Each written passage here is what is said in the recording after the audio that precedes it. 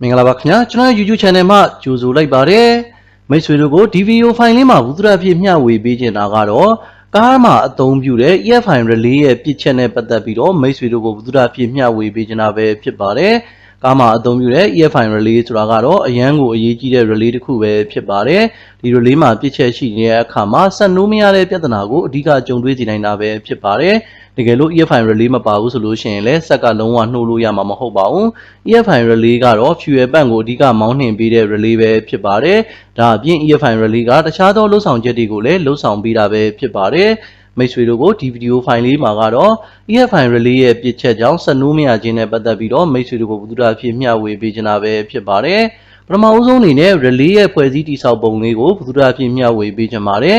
ကားမှာအသုံးပြုတဲ့ relay တွေမှာဆိုရင်တော့ relay ရဲ့ဘေးနားမှာဒီလိုပုံစံမျိုး relay ရဲ့ circuit diagram ကိုလည်းဖော်ပြပေးထားတာပဲဖြစ်ပါတယ်။ relay မှာဆိုရင်တော့ coin ဆိုတဲ့ဘက်ချမ်းရဲ့ switch ဆိုတဲ့ဘက်ချမ်းရဲ့ဆိုပြီးတော့ရှိမှာပဲဖြစ်ပါတယ်။ကားမှာအသုံးပြုတဲ့ relay တွေကတော့3ငုတ် relay 4ငုတ် relay 5ငုတ် relay ဆိုပြီးတော့ရှိတာပဲဖြစ်ပါတယ်။အဲ့ဒီထဲကမှ4ငုတ် relay ကိုအများဆုံးအသုံးပြုကြတာပဲဖြစ်ပါတယ်။4ငုတ် relay မှာဆိုရင်တော့ဒီဘက်ချမ်းကတော့2ငုတ်က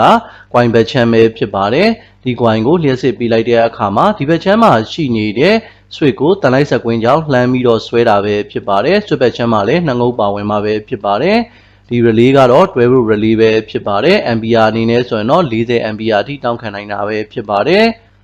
ဒါကတော့ engine ထဲမှာရှိနေတဲ့ fuel and relay ပေါက်ပဲဖြစ်ပါတယ်။ကားတွေမှာဆိုလို့ရှိရင်တော့ကားရဲ့ bonnet ဖုံးကိုဖွင့်လိုက်တဲ့အခါမှာ fuel and relay ပေါက်ကိုတွေးရမှာပဲဖြစ်ပါတယ်။အတွင်းထဲမှာဆိုရင်တော့ fuel တွေ relay တွေ wire တွေကိုတွေးရမှာပဲဖြစ်ပါတယ်။ relay တွေကလည်းအများကြီးပဲတွေးရမယ်။ဒါအပြင် fuel တွေလည်းအစုံတွေးရမှာပဲဖြစ်ပါတယ်။စနစ်တစ်ခုချင်းစီကို fuel တွေနဲ့ခံပေးထားတာပဲဖြစ်ပါတယ်။ fuel တွေကတော့လျှက်စစ်လမ်းကြောင်းမှာ short circuit ဖြစ်တဲ့အခါမှာပစ္စည်းတွေမပြတ်အောင်ကာကွယ်ပေးတာပဲဖြစ်ပါတယ်။ relay တွေကတော့ ampere ကြီးကြီးနဲ့အသုံးပြုခြင်းတဲ့အခါမှာ circuit balance မှာ relay တွေကိုခံပေးထားတာပဲဖြစ်ပါတယ်။ဒါတွေကတော့ relay တွေပဲဖြစ်ပါတယ်။ဒီအယောင်တွေကတော့ fuel တွေပဲဖြစ်ပါတယ်။ fuel တွေရဲ့အပေါ်မှာဆိုရင်တော့သူတို့ရဲ့ ampere ကိုအတိအကျရေးထားတာပဲဖြစ်ပါတယ်။ဒါကတော့10 ampere fuel ပါ။ဒါကတော့20 ampere fuel ဖြစ်ပါတယ်။ဒါကတော့15 ampere fuel ဖြစ်ပြီးတော့ဒါကတော့30 ampere fuel ဖြစ်ပါတယ်။ဒီနေရာလေးကတော့ 7.5 ampere fuel ပဲဖြစ်ပါတယ်။ဖြူပေါက်ကိုဖုံးထားတဲ့ဖြူပေါက်ရဲ့အဖုံးမှာဆိုလို့ရှိရင်ဖြူရဲ့ diagram ကိုလည်းဖော်ပြပေးထားတာပဲဖြစ်ပါတယ်။သက်ဆိုင်ရာအသီးသီးဖြူတွေရဲ့ဘယ်နေရာမှာတက်ဆင်ထားလဲဆိုတာကိုဖော်ပြပေးထားတာပဲဖြစ်ပါတယ်။ဒါကတော့ relay ရဲ့အတွင်းထဲမှာရှိနေတဲ့ diagram ပဲဖြစ်ပါတယ်။ဒီနေရာကတော့ coin ဘက်ချမ်းပဲဖြစ်ပါတယ်။ဒီဘက်ချမ်းကတော့ switch ဘက်ချမ်းပဲဖြစ်ပါတယ်။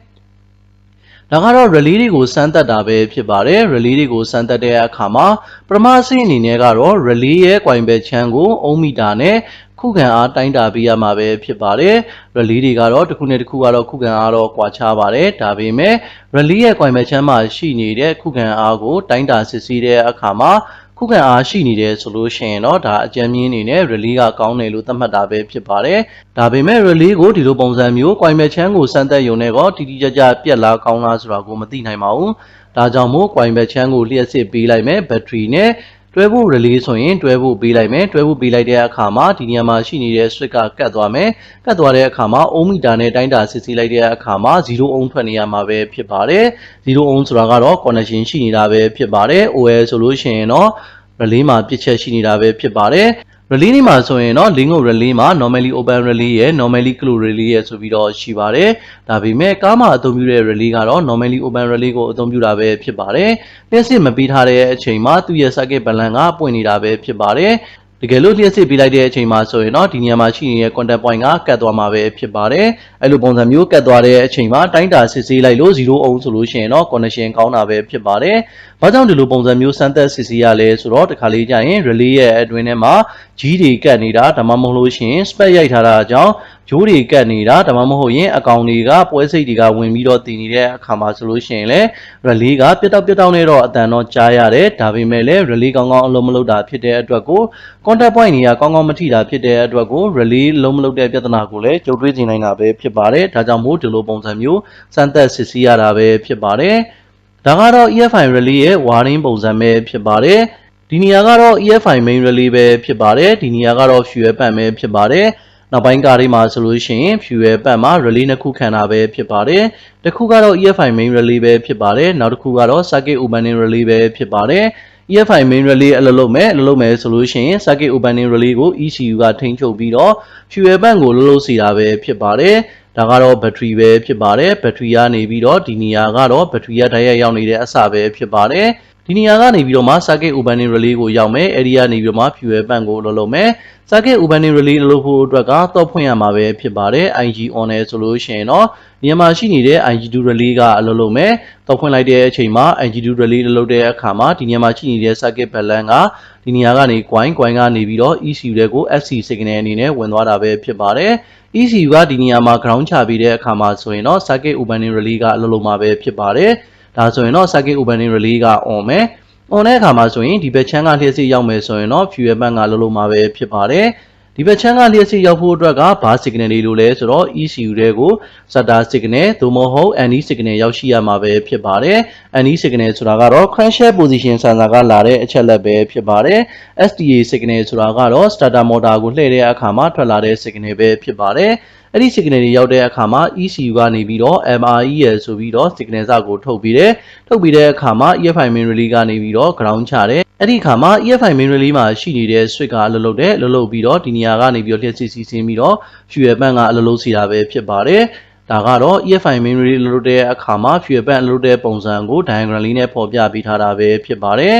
တကယ်လို့ EFI relay မှာပြစ်ချက်ရှိနေတဲ့အခါမှာအများဆုံးကြုံတွေ့နိုင်တဲ့ပြဿနာတစ်ခုကတော့ဆက်နှိုးမရတဲ့ပြဿနာပဲဖြစ်ပါတယ် EFI main relay မကောင်းတဲ့အခါမှာ fuel bank လည်းလုံးမလုပ်တာဖြစ်တဲ့အတွက်ကိုဆက်နှိုးလို့ရမှာမဟုတ်ပါဘူးနံပါတ်2အနေနဲ့ကတော့ဆက်တည်တဲ့ပြဿနာကိုလည်းကြုံတွေ့စေနိုင်တာပဲဖြစ်ပါတယ်ဒီပြဿနာကလည်းကားကမောင်းနေရင်းနဲ့ဆက်ထိုးရက်တဲ့ပြဿနာမှာ EFI main relay ကြောင့်လည်းဆက်ထိုးရက်တဲ့ပြဿနာကိုကြုံတွေ့စေနိုင်တာပဲဖြစ်ပါတယ်ကားမောင်းနေရင်းနဲ့ EFI main relay ကပူလာ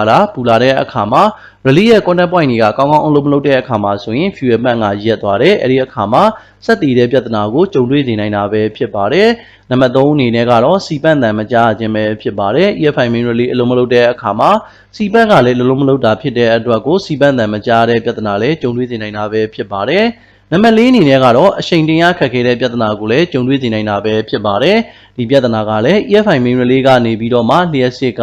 စီပန့်ချီကိုရောက်တာပဲဖြစ်ပါတယ်အဲ့လိုပုံစံမျိုး EFI main relay ကကောင်းကောင်းအလုပ်မလုပ်တဲ့အခါမှာစီပန့်ကိုလည်း power ကကောင်းကောင်းမရောက်ဘူးအဲ့ဒီအခါမှာ lever နင်းမိမယ်လေကားကတိတ်ပြီးတော့မယုံတဲ့ပြဿနာကိုလည်းကြုံတွေ့စေနိုင်တာပဲဖြစ်ပါတယ်ဒါကြောင့်မို့အဲ့လိုပုံစံမျိုးပြဿနာတွေကိုကြုံတွေ့ရတဲ့အခါမှာ EFI main relay ကိုသေချာစစ်ဆေးပေးသင့်တာပဲဖြစ်ပါတယ်မိတ်ဆွေတို့ကိုဒီဗီဒီယိုဖိုင်လေးမှာဘုဒ္ဓဖြစ်မျှဝေပေးခဲ့တာကတော့ EFI main relay ရဲ့ပြစ်ချက်ကြောင့်ဆက်နှိုးမရတဲ့ပြဿနာတွေနဲ့ပတ်သက်ပြီးတော့မိတ်ဆွေတို့ကိုဘုဒ္ဓဖြစ်မျှဝေပေးခဲ့တာပဲဖြစ်ပါတယ်ကျွန်တော်ရဲ့ဗီဒီယိုဖိုင်လေးကိုအဆုံးထိကြည့်ရှုပေးတဲ့အတွက်ကျေးဇူးအများကြီးတင်ပါတယ်ခင်ဗျာ